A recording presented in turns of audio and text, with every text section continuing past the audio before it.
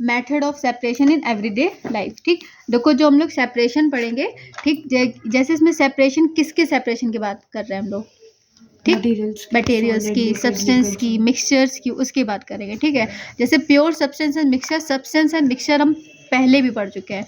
अब पढ़ेंगे pure substance और मिक्सचर के सेपरेशन के बारे में पढ़ेंगे। ठीक, जैसे कि हम वैरायटी ऑफ सब्सटेंस अपनी एवरीडे लाइफ में देखते हैं। ये जो सब्सटेंसेस होते हैं ये छोटे छोटे पार्टिकल से मिलकर बनते हैं, जिनको हम क्या बोलते हैं, मॉलिक्यूल।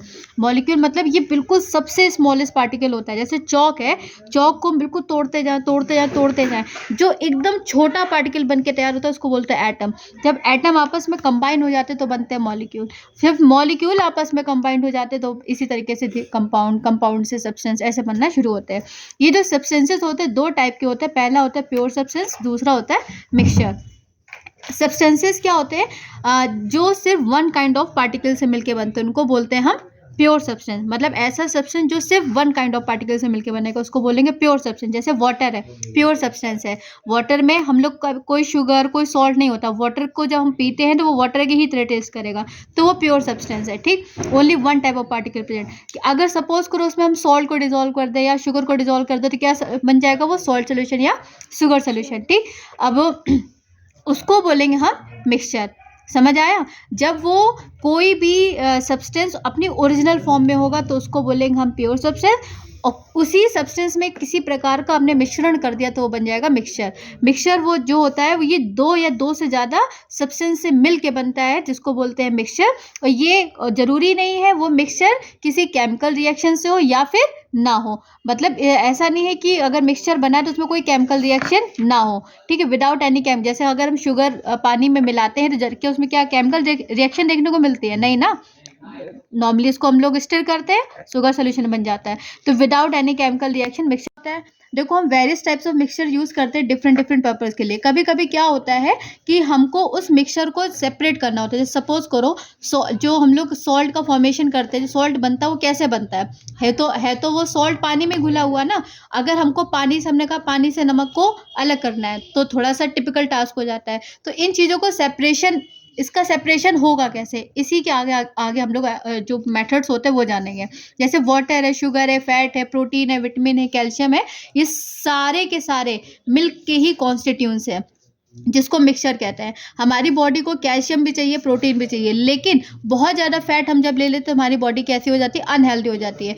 सो हमको मिल्क को हेल्दियर बनाने के लिए उसमें से मिल्क से हमको फैट को सेपरेट कर देते हैं। मतलब जैसे मिल्क से हम लोग मलाई अलग कर देते हैं ना, तो हमारी बॉडी को हार्म नहीं करता है। ठीक, जब हमारी मदर क्या है, जैसे टी इनटू अ कप, तो वो क्या करती है, कभी ऐसा तो है नहीं चाय की पत्ती के साथ ही हम लोग चाय पी लेते हैं, जाहिर सी बात है चाय की पत्ती छान के ही देते हैं, तो वो क्या कहलाएगा, एक तरीके से सेपरेशन ही कहलाएगा। ठीक, मेथड ऑफ सेपरेशंस में आते हैं। जो सेपरेशन होते हैं, पहला मेथड आएगा हैंड पिकिंग। हैंड पिकिंग मतलब हाथ से छाटना। ठीक, दूसरा आएगा मैग्नेटिक सेपरेशन, तीसरा आएगा थ्रेसिंग, चौथा आएगा विनोइंग, पांचवा आएगा सीविंग। ठीक, ये 5 मेथड हम लोग इस चैप्टर में जानेंगे। फिर अभी आगे जानेंगे और कौन कौन से मेथड है। हैंड पिकिंग क्या है, जैसे कि कभी हम लोग राइस या दाल वगैरह बनाते हैं तो देखते हैं ना कंकड़ वगैरह हटाते हैं, इसी को बोलते हैं हैंड पिकिंग। क्या बोलते हैं इसको? Hand picking. इसका प्रिंसिपल हम ये समझें तो कि छोटे छोटे स्मॉल पार्टिकल्स को बड़े बड़े पार्टिकल से अलग करना। समझ आया? जैसे चावल है, चावल क्या है, थोड़े से बड़े बड़े पार्टिकल्स होते हैं, उसमें से छोटे छोटे पार्टिकल्स को हटाना, सॉलिड को सॉलिड से अलग करने का तरीका, उसको बोलते हैं हैंड पिकिंग। ठीक है, कभी अब पानी से चीनी को हटाने का मेथड को हम हैंड पिकिंग नहीं बोलेंगे, क्योंकि हैंड से नहीं तुम चीनी अलग कर लोगे तो वो हैंड पिकिंग नहीं होगा। सॉलिड से सॉलिड को अलग करते हैं तो वो हैंड पिकिंग कहलाएगा। इसका प्रिंसिपल ये होता है। कभी कभी फ्रूट सेलर्स जो होते हैं, जो जैसे अनार खराब हो गए हैं या ऑरेंजेस खराब हो गए हैं या टमाटर वगैरह, देखते हो कि वो छाट देते हैं, तो वो क्या एक तरीके से हैंड पिकिंग ही तो सेपरेशन कहलाएगा। ठीक है, उसको फिर अलग अलग पोर्शन में स्टेक कर देते हैं, फिर वो बिगर वंस को हायर प्राइस में बेच देते हैं, ताकि, और अलग क्यों कर देते हैं, ताकि अगर जैसे कि कोई फल के साथ सड़ा हुआ फल रखा है तो वो सबको खराब कर देगा, इस वजह से सेपरेशन किया जाता है। ठीक, तो the process of manual removal of components of a mixture based on the difference in their sizes, shapes and appearance और quality is called hand picking. मतलब जब मैनुअल रिमूवल ऑफ कंपोनेंट्स होता है मिक्सचर से, कोई भी मिक्सचर है उससे हम उनके कंपोनेंट्स को मैनुअली मतलब हाथों से उसको रिमूव करते हैं, ठीक, किसके बेस पे? On the basis of their size, on the basis of their shape, on the basis of their appearance, on the basis of their qualities, इसको बोलते हैं हैंड पिकिंग, ठीक। ऐसे और से मिक्सचर सोचो, जैसे दाल है, दाल जब हम लोग जब बिनते हैं तो दाल से कंकड़ निकाल देते हैं, चावल है, चावल से हटा निकाल देते हैं, कोई सब्जी है, सब्जी जैसे सब्जी बनाते हैं, टमाटर है, टमाटर में अगर कोई टमाटर खराब हो गया तो वो भी हैंड पिकिंग में। तो इसमें बोला ना, to think of two more mixture where hand picking use to separate two or more component, तो उसमें हैंड पिकिंग का आप अपने आप से एग्जाम्पल लिखोगे, ठीक। अब आता है मैग्नेटिक सेपरेशन। मैग्नेटिक सेपरेशन नाम से समझ आ रहा है, मैग्नेट से सेपरेशन करना। मैग्नेटिक सेपरेशन कैसे करेंगे? नॉन मैग्नेटिक को मैग्नेट्स के थ्रू उसको सेपरेट करना, समझ आया? तो मैग्नेटिक सेपरेशन में क्या, जैसे सपोज करो आपके पास प्लास्टिक बीड्स और सॉलिड आयरन बीड्स है, सेम साइज के हैं, सेम कलर के हैं, तो अगर हमको उसको अलग करना कैसे करेंगे? जाहिर सी बात है, आयरन बीड्स वाले में अगर हम पास मैग्नेट लेके जाएंगे तो मैग्नेट तो अट्रैक्ट कर लेगा, प्लास्टिक वाले नीचे रह जाएंगे और आयरन वाले उसमें चिपक जाएंगे, तो this is called a magnetic separation, ठीक। जब मैग्नेट को हम उस मिक्सचर के पास लेके जाएंगे तो आयरन बीड्स उससे मैग्नेट से अट्रैक्ट हो जाएंगे और वो प्लास्टिक बीड से सेपरेट आउट हो जाएंगे, ठीक। ये जो सेपरेशन टेक्निक होता है ये आयरन माइंस में यूज़ किया जाता है। जैसे मेरे यहाँ जैसे जो शॉप वगैरह है वो लोहे की है, तुम्हारे यहाँ भी यही काम है, तो वो हम लोग क्या करते हैं, ऐसे बड़े बड़े मैग्नेट होते हैं, तो उसको अगर वो मिट्टी में भी कोई आयरन का कण होता है तो उसको पास में लेके जाओ तो सारे उसमें अट्रैक्ट हो जाते हैं, ताकि किसी को कोई चोट ना लग जाए। और जो कबाड़ इकट्ठे करने का प्रोसेस होता है वो मैग्नेटिक सेपरेशन से होता है। और ये जो होता है ये इसलिए भी यूज़ करते हैं ताकि उसको रिसाइकिल कर सके, हमको उसको वेस्ट नहीं करना है, क्योंकि जितना भी होता है ये रिसाइक्लेबल होता है, उसको मेल्ट करके फिर से उसको न्यू फॉर्म में कन्वर्ट कर देते हैं। तो मैग्नेट्स को यूज़ किया जाता है कि to remove iron splinters from the body of an injured person. Threshing, देखो थ्रेसिंग और विनोइंग ये जब भी पढ़ेंगे हमेशा साथ में पढ़ी जाती है, हमेशा साथ में। इसका पेयर थ्रेसिंग और विनोइंग में डिफरेंस भी बहुत पूछा जाता है। थ्रेसिंग में क्या होता है, जैसे हार्वेस्टिंग वो प्रोसेस है जिसमें हम क्रॉप्स का कलेक्शन करते हैं। गेहूं लगाए, गेहूं को काट दिया, दिस इज कॉल्ड हार्वेस्टिंग। काटने का मतलब उसको छटाई कर दी, ठीक। तो उसको फिर हार्वेस्टेड क्रॉप्स को हम क्या करते हैं, फील्ड में स्टैक बना के रख देते हैं, ठीक है। नेक्स्ट स्टेप क्या होता है हार्वेस्टिंग के बाद, उसको थ्रेसिंग।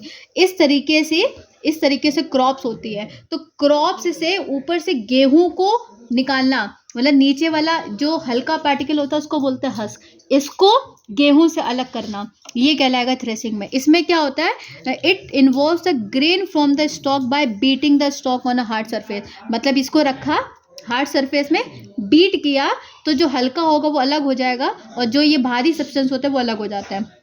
एक ट्रेडिशनल मेथड होता है जिसको बोलते हैं थ्रेसिंग, ठीक। Is to make donkeys and oxen walk in circles on the stalk on the hard surface. This process is now done by threshing machine such as combine harvester. मतलब जब पुराने तरीके देखे जाएं तो पहले लोग डोंकी या फिर वो बैलगाड़ी वगैरह होती थी उसको यूज़ करते थे। वो ऐसे क्रॉप्स डाल देते थे फील्ड में और बैल उसमें चलती रहती थी, तो वो क्या करते थे, जितना भी हार्ड सब्सटेंस होता था वो ज़मीन में रह जाता था और उसी तरीके से गेहूँ भी छट जाता था। फिर उसको बाद में ऐसे करके लेते थे, फिर हवा चलती थी और जो ऐसे करके गिराते थे। गिराने के बाद जो हल्का हल्का होता था वो अलग हो जाता था, गेहूं नीचे आके हो जाता था। इसीलिए थ्रेसिंग और विनोइंग साथ में पढ़ा जाता है, ठीक है। तो ये कहलाती है मैनुअल थ्रेसिंग। जैसे देख रहे हो ये इस तरीके से एक हार्ड सब्सटेंस होता है और इस तरीके से इसको रखते हैं और रखने के बाद इसको ऐसे ऐसे बीट करते हैं। बीट करने के बाद हटा देंगे, बीट करने के बाद वो अलग हो जाता है। पॉज करो। विनोइंग क्या होता है, विनोइंग नेक्स्ट स्टेप होता है थ्रेसिंग के बाद। ये ऐसी प्रोसेस होती है जिसमें हैवियर सीड्स को लाइटर कंपोनेंट से अलग किया जाता है, जैसे अभी हमने जस्ट अभी बताया, ठीक है। जो ड्राई स्ट्रॉ होते हैं उनके पीसेस से लाइटर कंपोनेंट्स को अलग कर देते हैं। और शॉफ by the action of the wind, शॉफ जो नहीं उसकी अलग, जैसे कभी देखना चावल वगैरह आता है तो उसमें इस तरीके से ब्राउन कलर की लेयर होती है, उसको बोलते हैं शाफ, ठीक है। तो सिंपलेस्ट वे क्या होता है कि हायर लेवल में खड़े हो जाओ, जैसे कि जब ये अलग किया जाता है इसके ऊपर, जैसे मान लिया कोई टेबल इसके ऊपर खड़े हो गए, ऊपर से ऐसे फेंको तो जो भारी भारी गेहूं होता है वो नीचे आ जाता है, जो हल्का होता है अपने आप उड़ जाता है। या कभी घर में भी देखना चावल ऐसे ऐसे करके हम लोग पछोड़ते हैं, है ना। तो पछोड़ने का मतलब क्या होता है, जो भारी होगा तो चावल तो उसी में रहेगा, जो लाइटर जो डस्ट होती है वो अपने आप रिमूव हो जाती है, ठीक है। तो सिंपलेस्ट वे होता है कि हायर लेवल में खड़े हो जाओ और मिक्सचर को ग्राउंड पे गिराओ, और जो जब हवा चलती है तो लाइट कंपोनेंट्स को अपने साथ उड़ा ले जाएगी और हैवियर कंपोनेंट्स नीचे आ जाते हैं, ठीक, टू फॉर्म अ हीप मतलब इस तरीके से ऐसे करके हीप का फॉर्मेशन होने लगता है।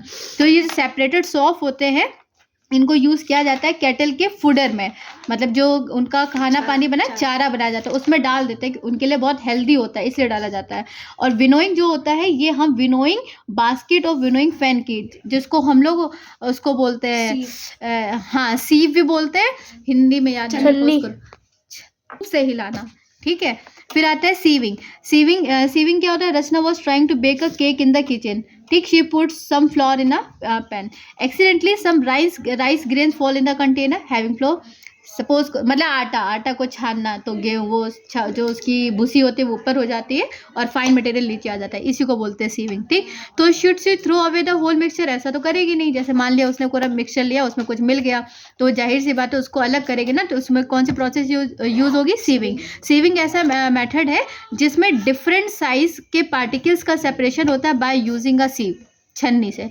सीव एक तरीके से नेट या मैश होती है जिसमें छोटे छोटे होल्स होते हैं, ये जो होल्स के साइज होते हैं वो इतने बड़े होते हैं कि सिर्फ मिक्सचर के जो फाइन पार्टिकल्स होते हैं वही नीचे आ पाते हैं, बाकी के उसके ऊपर ही हो जाते हैं। ये जो मेथड होता है ये ज़्यादातर हम लोग घर में इसको यूज़ करते हैं। सीविंग हम लोग गार्डन सॉइल में जो फाइन मटेरियल होता है उसको मिट्टी को छानने के लिए भी यूज़ करते हैं ताकि उससे पेबल्स सेपरेट हो जाए, और या फिर ट्विक्स वगैरह किसी भी प्रकार की तो वो अलग हो जाए और उससे क्या नाम है हम अच्छी मिट्टी निकाल सकें, ठीक। Separation of components of solid, सब सॉलिड का पढ़ा है।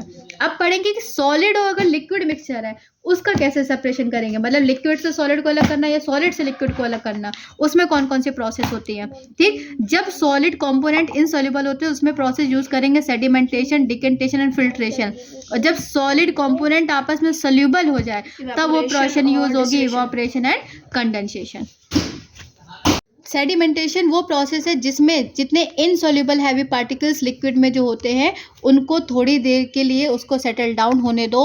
जैसे मान लो बेस्ट एग्जांपल, हमने घर में बोरिंग का पानी भरते हैं, ठीक, जब भी भरते हैं उसको थोड़ी देर के लिए जब पानी जब रख दो तो बालू नीचे बैठ जाती है और फाइन जो पानी होता है वो ऊपर हो जाता है। घर में हम लोग प्रोसेस यूज़ करते हैं और उससे भी ज़्यादा प्योर चाहिए तो फिटकरी फिरा देते हैं और ज़्यादा प्योर हो जाता है। इन्हीं प्रोसेस को ही बोलते हैं सेडिमेंटेशन, कि जो इनसॉल्युबल पार्टिकल्स होते हैं उसको कुछ देर के लिए अगर पानी में डिजोल्व हैं तो उसको कुछ देर के लिए बिना डिस्टर्ब करे उसको वहीं छोड़ दो, वो अपने आप सेटल डाउन हो जाएंगे, that is called a sedimentation. फिर अगर सपोज करो एक गिलास में तुमने बालू मिलाई, बालू मिलाने के बाद उसको छोड़ा, बालू नीचे बैठ जाएगी, फिर हमने वो बालू वाला पानी ग्लास जो लिया उसको धीरे से दूसरे ग्लास में पोर करेंगे, ऐसे करेंगे कि नीचे बालू डिस्टर्ब नहीं होनी चाहिए, उस प्रोसेस को बोलेंगे डिकेंटेशन। अब जो डिकेंटेशन के बाद जो पानी निकला उस पानी को निकलने के बाद और भी अगर प्योर चाहिए तो हमने क्या ले लिया, फिल्टर पेपर, उसको धीरे धीरे बूंद बाय बूंद उसको मतलब फिल्टर होके नीचे आएगा, उस प्रोसेस को बोलेगा फिल्ट्रेशन।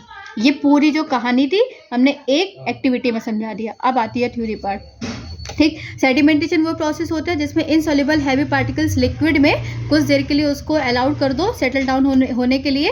फिर हमारी मदर स्ट्रेनर यूज़ करती हैं जैसे कि टी लीव्स को सेपरेट करने के लिए जब चाय छानती है, ठीक। तो इसे क्यों ऐसा यूज़ करती है, स्ट्रेनर ही क्यों यूज़ करती है और कोई मेथड क्यों नहीं यूज़ करती, क्योंकि वही मेथड ही है, ठीक। तो लीव या फिर कुछ समय के लिए चाय को अगर अनडिस्टर्ब छोड़ दें तो टी लीफ जो होगी वो बॉटम में बैठ जाएंगी और लीफ सेटल डाउन हो जाएंगी। Clean tea from the top can be carefully poured into a cup to prevent the leaf from flowing with the clear liquid. ये तो मतलब जनरल सा है कि जैसे मान लिया आप चाय बनाते हैं, आप कितना भी हो वो कितनी भी नीचे सेटल डाउन हो जाए लेकिन जब उसको हम बिना छाने नहीं पियेंगे, ये हम लोग का एक रूल है, ठीक। तो उन्होंने ऐसा बता दिया, लेकिन इसका बेस्ट एग्जांपल तुम लोग को यहाँ पे बता दिया बालू वाला, कि बालू मिक्स किया उसको कुछ देर के लिए छोड़ दिया, फिर बालू यहाँ नीचे बैठ जाएगी और साफ पानी ऊपर आ जाएगा। इस प्रोसेस को बोलेंगे सेडिमेंटेशन। फिर क्या बोला, सेडिमेंटेशन के बाद जो हैवियर पार्टिकल जब नीचे बैठ जाते हैं लिक्विड में उनको बोलते हैं सेडिमेंट, मतलब ये जो बैठा है ना इसको बोलेंगे हम सेडिमेंट्स। क्या बोलेंगे इसको, सेडिमेंट्स। ये जो क्लियर लिक्विड सेडिमेंटेशन के बाद उसको धीरे से हमने इसमें पोर आउट किया, विदाउट डिस्टर्बिंग द सेडिमेंट, इसी को बोलते हैं डिकेंटेशन। ठीक, फिर आता है फिल्ट्रेशन। अब ये इतना निकालिए, आप फिर भी सेटिस्फाई नहीं, आपको फिर भी लग रहा हो कहीं ना कहीं बालू अगर आ गई होगी, तो क्या करेंगे, इस प्रोसेस में फिल्ट्रेशन यूज होता है, जिसमें separation of solid suspended in liquid by putting a device called a filter through which only the liquid can pass. मतलब फिल्टर पेपर ही एक ऐसा सब्सटेंस है, उसको यूज करेंगे तो एक वही ऐसा चीज है जो सिर्फ अपने पास से लिक्विड को ही पास होने देगा, किसी भी प्रकार के सॉलिड को पास नहीं होने देगा। समझ आया? फिल्टर पेपर जैसे आप लोग केमिस्ट्री लैब वगैरह में जाओगे तो इस तरीके से फिल्टर पेपर होता है, मतलब जैसे बटर पेपर कभी देखना उसी टाइप का ही होता है, लेकिन वैसा नहीं होता। फिल्टर पेपर थोड़ा सा रफ होता है, उसको ऐसे गोल होगा, फिर उसको ऐसे बीच से हाफ करो, एक फनल बनाओ, उसको इस तरीके से रखो, फिर उसको धीरे धीरे पोर करोगे। वो जैसे कभी हम लोग चाय छानते हैं तो चाय तुरंत छन जाती है, यहाँ पर ऐसा नहीं होता। जब यहाँ पे छानेंगे ना तो बूंद बाय बूंद, ड्रॉप बाय ड्रॉप, मतलब कम से कम उसको छनने में कम से कम 20 मिनट लगेगा। उस प्रोसेस को बोलते हैं फिल्ट्रेशन। ठीक, वो फिल्टर पेपर में यूज होता है। उसमें जो ऊपर यहाँ पे बैठ जाता है उसको क्या बोलते हैं, रेसिड्यू। मतलब पानी को छाना, हमको लग रहा है ये पानी साफ है, लेकिन फिर भी जब छानेंगे तो थोड़े से यहाँ पे डस्ट पार्टिकल या सॉइल पार्टिकल रह जाएंगे, उसको बोलेंगे रेसिड्यू। और जो नीचे बिल्कुल साफ पानी मिला, इसको बोलेंगे फिल्ट्रेट। क्या बोलेंगे इसको? फिल्ट्रेट मिलेंगे। इसी वजह से जैसे इसका बेस्ट एग्जांपल देखा जाए, जैसे जूस सेलर जो होते हैं वो पीस ऑफ क्लॉथ यूज करते टू रिमूव हस्क। ठीक, left after juice has been extracted from the fluid. जैसे कभी जूस वाले के पास जाओ तो वो लोग भी कपड़ा ही वगैरह, जैसे कि वो कितना भी पानी वो छान के देंगे, अगर कभी बहुत अच्छा जूस वाला होगा तो वो कपड़ा रख के जूस छान के देते हैं, ताकि अगर किसी भी प्रकार का हस्क है तो उससे रिमूव हो जाए। ठीक, ये एक्टिविटी हमने उसमें समझा दी है। चर्निंग क्या होता है? ये ऐसा मेथड होता है, सिर्फ कुल मिला के चर्निंग ऐसे समझो जैसे मथानी से हम लोग अलग करते हैं ना। दही है, दही को खूब कस के फेंटो तो बटर अलग हो जाएगा, छाछ अलग हो जाएगा, हो जाता है। मलाई को जब हम लोग ऐसे करते हैं उसी को बोलते हैं चर्निंग, साधारण भाषा में समझो मथनी से मथना। ठीक है, चर्निंग वो मेथड होता है जिसमें बटर को क्रीम से अलग करते हैं। ठीक है, बटर फ्रॉम क्रीम से बटर को अलग करते हैं। जब हम क्रीम को चर्न करते हैं तो उसको स्टिर करेंगे मलाई से।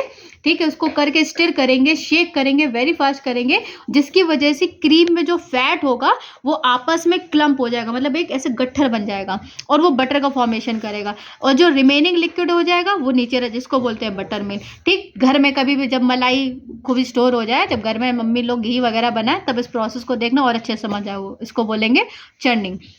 ये तो हम लोगों ने पढ़ लिया, क्या नाम है, पहला ये प्रोसेस पढ़ा था, सेडिमेंटेशन, डिकेंटेशन, फिल्ट्रेशन, जब सॉलिड कंपोनेंट इनसॉल्युबल थे। क्या थे? इनमें भी देखो जो सॉइल था इनसॉल्युबल था, यहाँ पर भी इनसॉल्युबल था, यहाँ पर भी इनसॉल्युबल था। अब हम लोग पढ़ रहे हैं जब सॉल्युबल है, मतलब जब दूध थी वो बिल्कुल सॉल्युबल थी, तब हमने यूज़ किया था।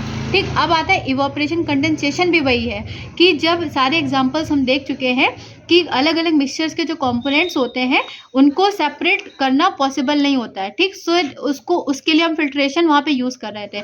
अब कुछ ऐसे कंपोनेंट जो वाटर में सोल्यूबल होते हैं उनको कैसे हम सेपरेट आउट करेंगे? जैसे हमने मान लिया sprinkle a few drops of water on a plate. ठीक, स्प्रिंकल किया, फिर हमने उसमें blow air it using a having, मतलब हेयर ड्रायर से उसमें एयर ब्लो करी, तो वाटर में क्या हो जाएगा? वाटर इवेपोरेट हो जाएगा ना ऊपर। या घर में कभी पानी गर्म करते हैं या चाय बनाते हैं, दूध गर्म करते हैं, अगर उसके ऊपर कोई कपड़ा क्या है, कोई बर्तन रख दो तो वो क्या हो जाएगा, उसके ऊपर मॉइस्चर आ जाता है। तो मतलब पानी जो हो रहा है वो इवेपोरेट होता है। ठीक है, तो water disappears after a while, कुछ समय बाद वाटर क्या हो जाता है? गायब हो जाता है। वो वाटर कहाँ चला गया? छूमंतर हो गया। ठीक, there is no magic in it, water on the plate was in a liquid state. मतलब अब प्लेट में जो वाटर है वो किस स्टेट में? लिक्विड स्टेट में। जब उसमें एयर ब्लो होती है तो वो वाटर वेपर में हो जाता है, जो कि किस फॉर्म में कन्वर्ट हो जाता है? गैसेस स्टेट में। किस में हो जाता है? गैसेस स्टेट में। पहले जो वाटर था वो लिक्विड में था, लेकिन जब वो वाटर इवोपरेट होके प्लेट पे आ गया, वो किस में आ गया? गैसेस स्टेट में। यही जो प्रोसेस होती है वाटर का वाटर वेपर में कन्वर्ट होना, इसी को बोलते हैं evaporation. It can be use when we want to get back a substance that has been dissolve in water. हम ये प्रोसेस तब यूज करते हैं जब हमको वाटर से डिजोल्व सब्सटेंस को अलग निकालना होता है, ठीक। इसीलिए सॉल्ट से, जो सी वाटर से सॉल्ट को हम अलग करते हैं। अब देखा जाए, हम एक दिमाग में बात आती होगी कि तो ऐसे तो ओशन में बहुत सारा पानी है तो उससे तो कितना सॉल्ट निकल सकता है, लेकिन उसमें भी बहुत सारी प्रोसेस होती है। ऐसा नहीं है कि सॉल्ट, हम समुद्र का पानी हमने इकट्ठा कर लिया और हमने पूरा एक साल का हमने सॉल्ट निकाल लिया। वो किया जाता है, लेकिन वो भी उसको फिल्टर किया जाता है, तब हम उसको यूज़ कर सकते हैं। अगर वो इस तरीके से, क्या होता है, जैसे समुद्र है, समुद्र से कुछ थोड़े से ऐसे कैनॉल्स बना दिए जाते हैं और वो इस तरीके से थोड़ी सी बाउंड्री बनाई जाती है। वो पानी यहाँ पे ऐसे इकट्ठा होता रहता है, ठीक। वो कुछ समय के लिए वहाँ पे इकट्ठा होता रहेगा, धूप पड़ती रहती है और वो पानी इवोपरेट होता रहता है अपने आप। इसमें कोई भी हम लोग की कोई प्रोसेस नहीं होती है, वो इवोपरेट होता रहता है। फिर एक कंडीशन आती है कि वो बिल्कुल सूख जाता है। सूखने के बाद क्या होता है, वो यहाँ पे ऐसे ऐसे सॉल्ट इकट्ठा हो जाता है। फिर वहाँ से वो जो सॉल्ट होता है उनको फैक्ट्रीज में भेजा जाता है, वहाँ पे उसको फिल्टर किया जाता है, पैकेजिंग करी जाती है, तब वो सॉल्ट हम लोग यूज़ कर पाते हैं, ठीक। एक्टिविटी देखो, हमने बीकर लिया, बीकर में डिस्टिल्ड वाटर। अच्छा, कभी बात दिमाग में आई कि वाटर और डिस्टिल्ड वाटर में डिफरेंस क्या होता है? क्या होता है? जो नॉर्मल वाटर होता है वो शायद हम लोग पी सकते हैं, लेकिन डिस्टिल्ड वाटर में कोई मिनरल्स नहीं होते, इसलिए हम लोग उसको ड्रिंक नहीं कर सकते। हाँ, डिस्टिल्ड वाटर में मिनरल्स नहीं होते जो हमारी बॉडी के लिए यूजफुल नहीं होते, इसलिए, ठीक। जो जितनी भी केमिकल प्रोसेस होती है जो केमिस्ट्री लैब में यूज होती है, वहाँ पे हमेशा डिस्टिल्ड वाटर यूज किया जाता है, ठीक। डिस्टिल्ड वाटर बीकर में लिया, उसमें हमने थोड़ा सा सॉल्ट डाल दिया, 1 चम्मच डाला, उसको हम ग्रेजुअली ऐसे करके डालते जाएंगे और उसको तब तक हम उसको स्टिर करते जाएंगे जब तक वो सॉल्ट उसमें डिजोल्व ना हो जाए, ठीक। फिर इस तरीके से थोड़ा और सॉल्ट डाला, फिर उसको स्टिर किया। सॉल्ट सोल्यूशन को हमने एक फ्लैट पैन में रख दिया, ठीक है। सॉल्ट सोल्यूशन यहाँ पर भी रखा है। फिर उसको कुछ घंटे के लिए हमने छोड़ दिया, ऐसे छोड़ दिया कि वो क्या नाम है, वाटर जो इवोपरेट होने लगे। तो फिर हम पेन में देखेंगे आफ्टर इवोपरेशन क्या हमको मिलेगा, जाहिर सी बात है क्या मिलेगा, आफ्टर इवेपोरेशन वो सिर्फ सॉल्ट ही मिलेगा, ठीक। इसी तरीके से ठंडा पानी लेते हैं, जब गिलास में रख देते हैं, कुछ समय बाद देखो गिलास के बाहर ड्रॉपलेट्स नजर आती हैं, बिकॉज ऑफ इवोपरेशन, ठीक। तो water droplets on the outer surface of the glass. तो हमको ये पता है कि जो वाटर है वो एयर में भी प्रेजेंट है, लेकिन in the form of water vapour, ठीक। जब वाटर वेपर कोल्ड सरफेस को टच करती है, जो जैसे कि अभी प्रेजेंट टाइम में भी वाटर वेपर प्रेजेंट है, ठीक। जब वो वाटर वेपर ग्लास से टच करेगी, किससे करेगी, ग्लास से टच करती है, तो वो वाटर ड्रॉपलेट्स को कन्वर्ट कर देती है, ठीक। इसी प्रोसेस को बोलते हैं हम कंडेंसेशन। क्या बोलते हैं उसको, कंडेंसेशन। मतलब एटमॉस्फेयर में वो गैसियस फॉर्म में प्रेजेंट थी, लेकिन वो जैसे ही ग्लास के टच में आई, वो किस में कन्वर्ट हो गई, लिक्विड स्टेट में। उस प्रोसेस को बोलते हैं कंडेंसेशन। क्या बोलते हैं, कंडेंसेशन। जब लिक्विड वाटर में कन्वर्ट हो जाए तो इवापोरेशन, और जब गैस लिक्विड में कन्वर्ट हो जाए तो उसको बोलेंगे कंडेंसेशन। अब आता है सोल्यूशन। सोल्युबिलिटी सबको क्लियर है, एक बार फिर समझ लो। सोल्यूशन होता है homogeneous mixture of a solvent. Homogeneous is one kind of mixture, homogeneous और हेटेरोजीनियस पहले भी पढ़ चुके हैं, ठीक है। Homogeneous mixture of solvent and solute, ठीक। सॉल्वेंट क्या होता है, देखो कभी भी याद रखना, तीन वर्ड याद रखना, सोल्यूट, सॉल्वेंट, सोल्यूशन, ठीक। हमेशा याद रखना, जैसे सॉल्वेंट की स्पेलिंग बड़ी है तो ये हमेशा लार्जर क्वांटिटी में लिया जाता है, निमोनिक्स तरीके से बता रहा है, लार्जर क्वांटिटी में लिया जाएगा। क्या लिया जाएगा, लार्जर क्वांटिटी में, ठीक। सोल्यूट स्पेलिंग छोटी है, ये लिया जाता है हमेशा स्मॉल क्वांटिटी में। इन दोनों को जब ऐड करते तो बनता है सॉल्यूशन। जैसे हमने ले लिया सॉल्ट, बन गया सोल्यूट, इसमें लिया वाटर, तो यहाँ बन गया सॉल्ट सोल्यूशन। इसी को बोलते हैं होमोजेनियस मिक्सचर। सॉल्वेंट वो सब्सटेंस होते हैं जो सोल्यूट में डिजोल्व हो जाए, मतलब सॉल्वेंट वो सब्सटेंस होते हैं जो सोल्यूट को डिजोल्व कर लेते हैं, ठीक। एक सोल्यूशन का फॉर्मेशन करते हैं। Solvents are usually but not always liquid. जरूरी नहीं है सॉल्वेंट हमेशा लिक्विड ही हो, जरूरी नहीं है सॉल्वेंट हमेशा लिक्विड हो, कभी कभी गैस और क्या नाम है सॉलिड भी होता है, ठीक। Many chemical reactions are carried out. Solution मतलब किसी भी मीडियम से सॉल्यूशन जो होता है वो मीडियम को फॉर्मेशन करता है जिसमें कई केमिकल रिएक्शंस होती हैं। जब हम देखेंगे when we can observe the use and presence of solution in everyday life. जैसे हम लोग सोल्यूशन लिक्विड का यूज करते हैं एज अ ड्रिंक, ब्रीद, ठीक है, बहुत सारे सोल्यूशन हम लोग अपने एवरीडे लाइफ में यूज़ करते हैं। सॉल्युबिलिटी क्या होता है? देखो, सॉल्युबिलिटी को बहुत ईजी भाषा में समझना। हमने कोई ग्लास लिया, उसमें हम चीनी डालते गए। क्या डालते गए? चीनी। स्टिर किया, फिर वो मिक्स हुई, फिर चीनी डाली, फिर उसको स्टिर किया, फिर मिक्स कर। हम ये प्रोसेस तब तक रिपीट करेंगे जब तक चीनी डिज़ोल्व होना ना बंद हो जाए। एक ऐसी स्टेज जरूर आएगी कि चीनी डिज़ोल्व होना बंद हो जाएगी, फिर भी हम लोग इतने बेशरम होंगे उसको गर्म कर देंगे। जैसे गर्म करोगे फिर चीनी ऐड करोगे, वो फिर डिज़ोल्व होगी, लेकिन फिर भी एक ऐसी कंडीशन आ जाएगी वहाँ पे डिज़ोल्व होना बंद हो जाएगा। तो जहाँ तक वो डिज़ोल्व होता रहा उस सोल्यूशन को बोलेंगे सैचुरेटेड सोल्यूशन। क्या बोलेंगे? और उसी स्टेज को बोलते हैं that is called its solubility. और जहाँ पे वो डिज़ोल्व होना बंद हो जाए वहाँ बोलेंगे अनसैचुरेटेड सोल्यूशन। उस पॉइंट को बोलते हैं इनसॉल्युबिलिटी। समझ आया एग्जांपल? ठीक। तो a saturated solution is the one in which no more solute dissolve as it has reached its maximum solubility. बात क्लियर हो गई? जहाँ पे वो डिज़ोल्व होना बंद हो जाए उस स्टेज को हम ये कहेंगे कि अब ये सोल्यूशन सैचुरेटेड हो चुका है। ठीक। अब आता है सॉल्युबिलिटी में कौन कौन से फैक्टर इफेक्ट करते हैं। जैसे हमने चीनी डिज़ोल्व कर रहे हैं, इसमें भी कुछ फैक्टर होंगे जो सॉल्युबिलिटी को इफेक्ट करेंगे। पहला आएगा स्टीयरिंग। जाहिर सी बात है, स्टीयर करेंगे वो डिज़ोल्व होता जाएगा। Solute dissolve faster in the solvent when the solution is stirred. Second होगा सोल्यूट इन पाउडर्ड फॉर्म। जो अगर सोल्यूट लिया पाउडर्ड फॉर्म में लिया है तो वो भी जल्दी डिज़ोल्व हो जाता है। ठीक। तब तक मतलब वो डिज़ोल्व होगा लेकिन जब बिना स्टिर करे नहीं होगा। लेकिन वही अगर सोल्यूशन में होता है, वो लिक्विड फॉर्म में होता है तो जल्दी हो जाता है ना। तो solute in powdered form dissolve faster. ठीक। टेम्परेचर बताया था कि जब पानी में चीनी मिलाते हैं, जब वहाँ पे वो डिज़ोल्व होना बंद हो जाए तो उसको गर्म कर देते हैं, मतलब उसका टेम्परेचर बढ़ा दिया तो उसकी सॉल्युबिलिटी पे वो इफेक्ट करेगा। चौथा प्रोसेस होता है क्रिस्टलाइजेशन। क्रिस्टलाइजेशन वो प्रोसेस होती है जिसमें solid solute crystal form of homogeneous solution. जहाँ पे सॉलिड सोल्यूट जो होता है वो क्रिस्टल का फॉर्मेशन कर देता है and it is a form of a homogeneous solution. Evaporation जो होता है हम इसको सॉल्ट के मैन्युफैक्चरिंग में यूज़ करते हैं। ठीक। जैसे कि ये देखो, ये आया ना, अभी पीछे हम बना के दिखा रहे थे, ये फिगर आ गया। समुद्र के ही किनारे इस तरीके से ऐसे करके मिट्टी के ढेर बना देते हैं। मतलब अब ऐसा तो कोई नहीं है ना कि वहाँ पे बाल्टी लेके बैठा है वो वैसे जाएगा फिर यहाँ भरेगा, ऐसे नहीं। अपने आप ही वो पानी आता रहता है और इस तरीके से ऐसे करके मिट्टी की इसकी बाउंड्री बना देता है। ठीक। सॉल्ट वाटर मिक्सचर जो होता है उसको पॉन्ड्स में इस तरीके से कलेक्टेड कर देते हैं और सन की ही प्रेजेंस में वो इवोपरेटेड होता रहता है। सेकंड में जैसे इवोपरेशन शुरू होता है, सोल्यूबल और इनसोल्यूबल इम्प्योरिटीज जिसमें इन्वॉल्व होती है, ठीक, उसमें सॉल्ट भी होता है और वो बॉटम में जाके सेटल डाउन हो जाता है। फिर जो सॉल्ट जो होता है जो कि सॉल्ट वाटर से निकल के आया था, फिर वो and then in fresh water. ठीक। फिर 2 से 3 महीने के लिए सॉल्ट को ड्रेन आउट किया जाता है। टेबल सॉल्ट को फिर वॉश किया जाता है। मतलब जो सॉल्ट मिलता है वो प्योर नहीं होता है, वो इम्प्योर होता है। उसको 2 से 3 महीने वो वहाँ पे ड्रेन आउट सूखता रहता है। जो सॉल्ट बनता है वो गीला होता है, उसको ड्रेन होने देते हैं। फिर टेबल सॉल्ट को फिर धुला जाता है, फिर उसको ड्राई किया जाता है। इस तरीके से हमको सी से सॉल्ट का फॉर्मेशन होता है।